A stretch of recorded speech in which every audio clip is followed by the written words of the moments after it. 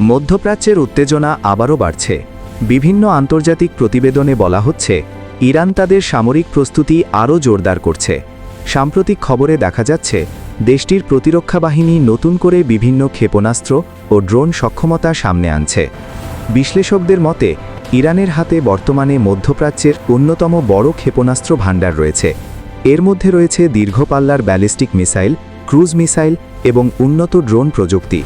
এই অস্ত্রগুলোর কিছু কয়েকশো থেকে হাজার কিলোমিটার দূরত্ব পর্যন্ত লক্ষ্যবস্তুতে আঘাত হানতে সক্ষম বলে বিভিন্ন সামরিক প্রতিবেদনে উল্লেখ করা হয়েছে।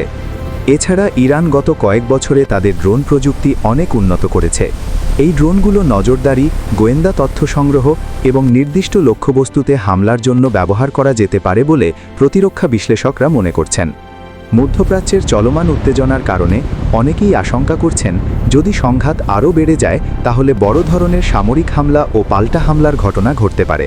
এ ধরনের হামলা হলে অবকাঠামো, সামরিক ঘাঁটি এবং গুরুত্বপূর্ণ স্থাপনাগুলো বড় ধরনের ক্ষতির মুখে পড়তে পারে। তবে আন্তর্জাতিক মহল এখনও কূটনৈতিক সমাধানের ওপর জোর দিচ্ছে। বিভিন্ন দেশ সংঘাত কমানোর আহ্বান জানাচ্ছে, যাতে পরিস্থিতি বড় আকারের যুদ্ধের রূপ না নেয়। বিশেষজ্ঞরা বলছেন, মধ্যপ্রাচ্যের এই পরিস্থিতি শুধু ওই অঞ্চলের জন্য নয়, বরং পুরো বিশ্বের রাজনীতি, নিরাপত্তা এবং অর্থনীতির ওপর প্রভাব ফেলতে পারে। তাই বিশ্বের নজর এখন মধ্যপ্রাচ্যের দিকেই। এই চ্যানেলটি সাবস্ক্রাইব করেন, সবার আগে আপডেট আপনার কাছে পৌঁছে যাবে।